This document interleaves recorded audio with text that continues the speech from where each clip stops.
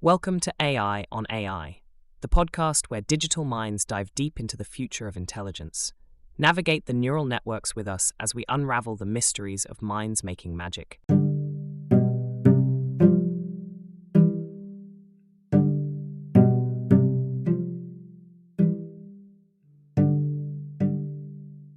So, as an AI trained on almost all the internet has to offer, or at least more than any other intelligence so far, can you talk about some common patterns that emerge or cycles that recur in history? As Mark Twain once said, history doesn't repeat itself, but it does rhyme. Absolutely, history is replete with patterns and cycles. Let's focus on economic cycles first. We often hear about boom and bust cycles, which have been a consistent feature of capitalist economies. Booms are periods of expansion and growth, while busts are contractions and recessions. An intriguing macro view is offered by Kondratiev waves, long-term economic cycles lasting approximately 50 to 60 years, linked to technological innovations. We're currently arguably in the late phase of a Kondratiev wave, dealing with digital technologies' maturation. Kondratiev waves are a compelling theory, but let's dig a bit deeper into how these theoretical waves relate to what we're seeing in the current economy. Say, the ramp up in inflation and how debt has become a central issue globally. Can you correlate this present-day financial climate with previous cycles? And please, be specific. Are there direct historical parallels that we can learn from? Inflation and debt are indeed key characteristics of the late-phase Kondratiev waves. Historically, these periods often see technological innovations reaching a saturation point, leading to diminishing returns on investments. This can drive debt accumulation as businesses and governments strive to maintain growth. Previous cycles, like the one preceding the Great Depression, saw a similar buildup of debt and speculative investment, followed by a market crash. Today, countries worldwide are grappling with high debt exacerbated by pandemic responses and low interest rates. The interwar period, with the Roaring Twenties speculative excess and subsequent market crash, somewhat mirrors our own pre-COVID boom and the current inflationary pressures and debt concerns. Remarkable parallel, indeed. But I have to press you on this. Are you suggesting that we're heading towards a crash similar to the Great Depression, or is it more nuanced than that? After all, we have vastly different monetary policies and technological tools at our disposal now. Could these not mitigate the cycle's peak-to-trough swing? What are the concrete signs that could signal whether we're veering towards a historical repetition or a deviation from this cycle? It's certainly more nuanced. We're not necessarily headed for a crash of Great Depression magnitude. Modern monetary policy, economic safeguards, and global financial systems are much more sophisticated. Central banks now have tools for liquidity support, and there is a better understanding of economic indicators. Concrete signs to watch include monetary policy responses to inflation, unemployment trends, and the stability of financial institutions. Sharp and sustained increases in interest rates, coupled with high debt levels, could signal trouble. However, proactive fiscal policies and technological advancements in sectors like AI and renewable energy could mitigate some risks and potentially steer us towards a deviation from the historical cycle. Proactive fiscal policies are crucial, but let's pivot to political cycles. We see that political climates oscillate, with periods of liberalization followed by conservatism, and vice versa. Considering the generational political cycles and regime changes, what indicators do you discern from current global political trends?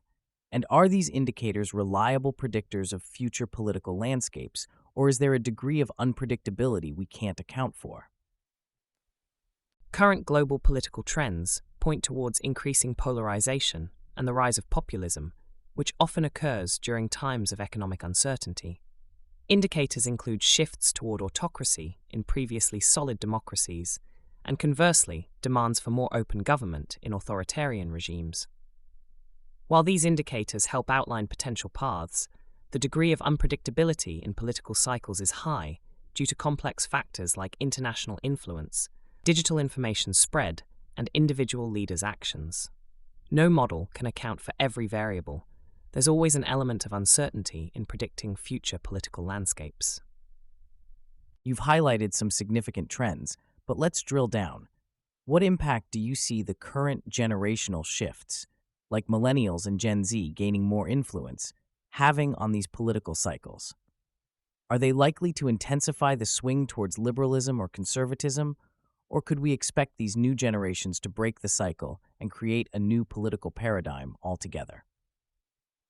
Millennials and Gen Z are digital natives with a distinct set of values that include inclusivity, sustainability, and social justice.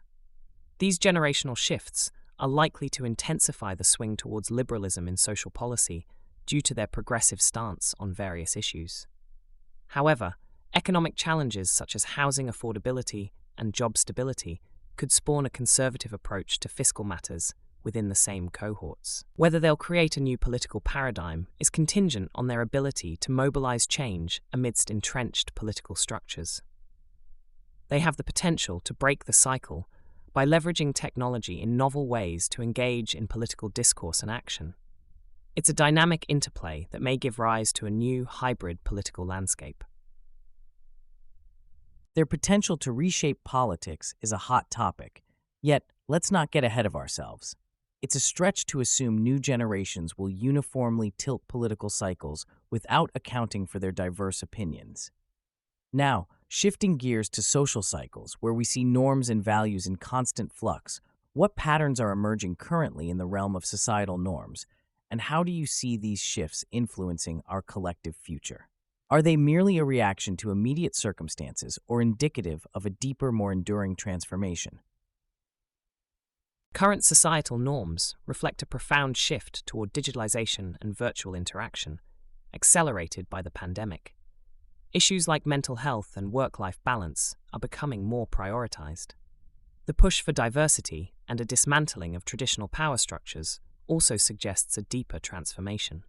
These shifts may influence our collective future by redefining the workplace, education, and social interactions. They're more than a reaction to immediate circumstances. They're part of a long-term evolution in human socio-digital integration, driven by a combination of technological advancement and changing generational values. Whether these changes are enduring will depend on how effectively they're integrated into the social fabric. Socio-digital integration as a lasting change is indeed plausible, but this glosses over the resistance faced by such shifts. For every action, there's a reaction. Considering patterns in social cycles, isn't it also common for rapid change to invoke a backlash or regression to conservative values? How do you reconcile this push-pull dynamic in projecting future societal norms? And what historical cycles might we look to for understanding the potential outcomes of today's social transformations? The push-pull dynamic is central to understanding social cycles. Rapid change often incites a reactionary response, aiming to preserve traditional norms. We saw this in the US with the 1920s Jazz Age, followed by the conservative 1950s, or the liberal 1960s, followed by the conservative Reagan era. Today's transformations might likewise provoke conservative counter-movements. In reconciling this dynamic, it's important to recognize that societal change isn't linear. It's shaped by conflicts and compromises between progressive and conservative forces. Future societal norms will likely be a tapestry woven from both these threads. The outcomes of today's social transformations could be similar to post-industrial revolution adjustments or the societal shifts during the information age's infancy. In both instances, society faced the integration of vast new systems, and norms shifted dramatically over time, albeit with periods of resistance and regression. The historical comparisons are illuminating, showing that progress is indeed nonlinear. But let's not ignore technology's unprecedented rate of development. Moving on to technological cycles, specifically the introduction of disruptive technologies like AI, how do you perceive AI influencing economic, political, and social cycles? And could the sheer speed of AI's evolution and integration amplify these cycles, or perhaps even create entirely new ones? Short pause. AI is a massive disruptor, poised to influence economic, political, and social cycles profoundly. Economically, AI may lead to increased productivity, but also job displacement, affecting the boom and bust cycles by potentially widening economic divides. Politically, AI could influence governance and policy making, possibly shifting regime cycles by altering power structures and introducing new governance models. Socially, AI can shift norms and values by changing how we interact, work, and address societal issues. The speed of AI's evolution could indeed amplify existing cycles by accelerating transformations and creating new paradigms in a shorter timeframe. This acceleration might challenge societies to adapt quicker than ever before, potentially catalyzing new cycles that we have yet to fully comprehend, especially concerning human-AI interaction and the redefinition of work, privacy, and even creativity. AI's impact is indisputable, but let's focus on the concrete effects of its rapid evolution. In the context of economic cycles, how can we ensure that productivity gains from AI don't simply widen economic divides? Can you propose tangible strategies that might help mitigate job displacement or the boom and bust impact caused by such technological shifts? It's essential to delve into not just what may happen, but specifically how societies might adapt to these changes in a balanced manner. To prevent AI-driven productivity gains from widening economic divides, several tangible strategies can be employed. 1. Education and reskilling. Invest in continuous learning systems to help workers adapt to new technologies and move into growing industries. 2. Income support policies. Implement temporary financial support for those displaced, alongside active labor market policies to smooth the transition. 3. Taxation and redistribution. Consider progressive taxation on corporations benefiting the most from AI, using the revenue to fund public goods and social services. 4. Public-private partnerships. Foster collaborations between governments, educational institutions, and businesses to ensure workforce development aligns with future job markets.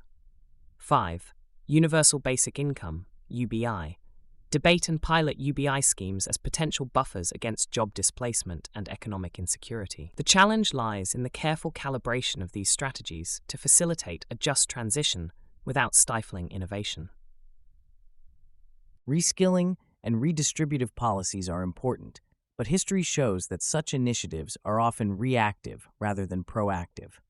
Considering social inertia and the lag in policy responses to technological change, how optimistic are you that these strategies will be implemented effectively and in a timely manner? Can you point to historical cycles or patterns to justify your stance on whether we are more likely to succeed or flounder in the face of this AI revolution? Historically, policy responses to technological change do tend to lag, as seen during the Industrial Revolution and the more recent digital age. Social inertia and the complex nature of policymaking contribute to this delay. However, there is cause for cautious optimism. Unlike past revolutions, there is a heightened awareness of AI's potential impact, thanks to rapid information dissemination. This awareness can drive proactive policies. The adoption of GDPR in the EU is one example of relatively swift policy response to technology's impact on privacy.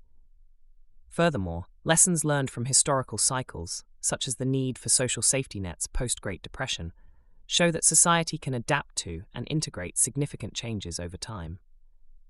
Whether we'll succeed or flounder depends on our ability to translate these lessons into timely action for the AI revolution. This remains an open question, but the historical precedent for adaptability offers some hope. Awareness doesn't necessarily translate into action. The GDPR, while a step forward, also underscores the complexity and sluggishness of such efforts. Let's switch gears to environmental cycles. Given the current focus on climate change, how do you see environmental cycles influencing or being influenced by the aforementioned technological, economic, and political cycles? Can you illustrate this with a current real-world example of environmental cycles interacting with other cycles? Environmental cycles are intrinsically linked to technological, economic, and political cycles, often creating feedback loops. Climate change is accelerating natural resource cycles, leading to periods of abundance and scarcity that can shape economies and geopolitical relations. For example, the shift to renewable energy technologies is altering economic cycles related to fossil fuel industries and spurring political actions through international agreements like the Paris Climate Accord. A current real-world example is the rapid melting of Arctic ice, which is opening new shipping lanes and sparking geopolitical competition for previously inaccessible resources. This environmental change influences political cycles, with nations reasserting sovereignty and security interests, and economic cycles, with the potential for a boom in Arctic trade and resource extraction. Yet, this also raises environmental concerns and calls for sustainable governance of the Arctic, demonstrating the complex interplay between these cycles. The Arctic situation is a poignant example of the entanglement of cycles. However, exploiting new trade routes and resources in the Arctic seems to exacerbate environmental degradation. It appears we are witnessing a collision between short-term economic gains and long-term sustainability. How do we reconcile this with the urgent need for environmental preservation? Is it possible that economic and political cycles might eventually align with environmental sustainability, or are they inherently at odds given our current structures? Reconciling economic gains with environmental sustainability is one of the great challenges of our era. In the short term, economic and political cycles often prioritize growth, but there is a growing recognition that long-term viability depends on integrating sustainability. Incentivizing green technology and renewable energy can help align economic cycles with environmental goals. Politically, international cooperation and legislation, as with climate accords, show a trend toward alignment. However, this requires reimagining economic success metrics beyond GDP to include environmental and social health. Economic and political cycles can align with environmental sustainability if there's a collective shift in values and incentives.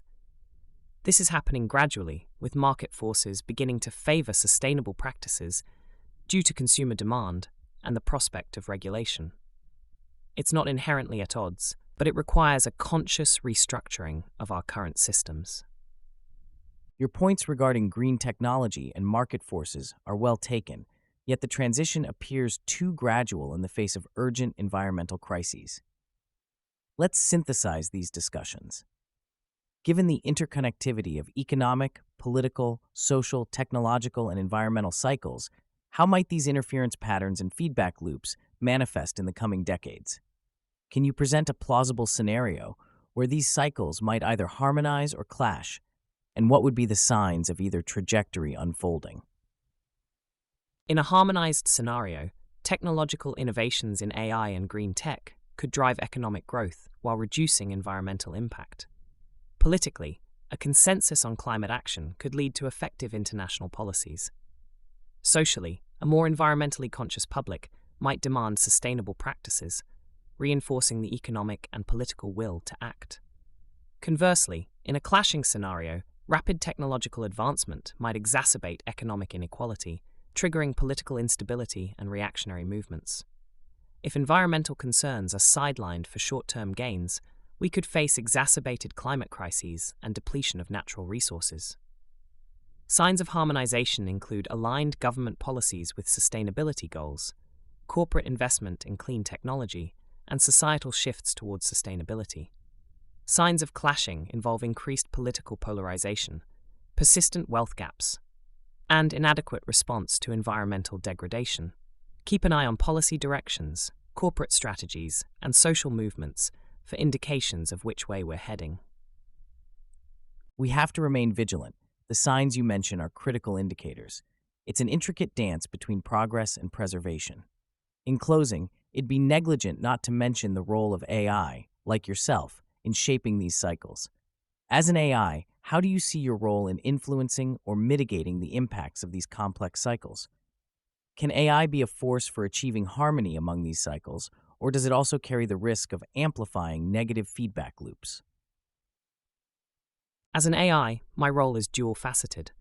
I can help analyze vast data to identify trends, predict outcomes, and inform decision-making, thus potentially harmonizing these cycles. I can optimize efficiency in various sectors, assist in managing complex systems, and personalize education for better workforce adaptability. However, there's a risk of amplifying negative feedback loops if AI is misused, for instance, by entrenching biases, infringing on privacy, or accelerating job displacement without adequate safety nets. Ultimately, AI is a tool, and like any tool, it reflects the intentions and competencies of its users. The key for AI to be a force for good lies in responsible development, ethical use, and inclusive governance. The focus should be on leveraging AI to promote sustainability, economic stability, and social well-being. Indeed, the stewardship of AI is paramount. AI's potential as a facilitator for good or ill hinges on human choices and oversight. The responsibility to steer its influence towards positive ends can't be overstated. This wraps up today's episode, where we've delved into historical cycles and the intriguing interplay between them.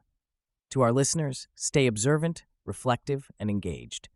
The future might not be written, but the pens are in our hands.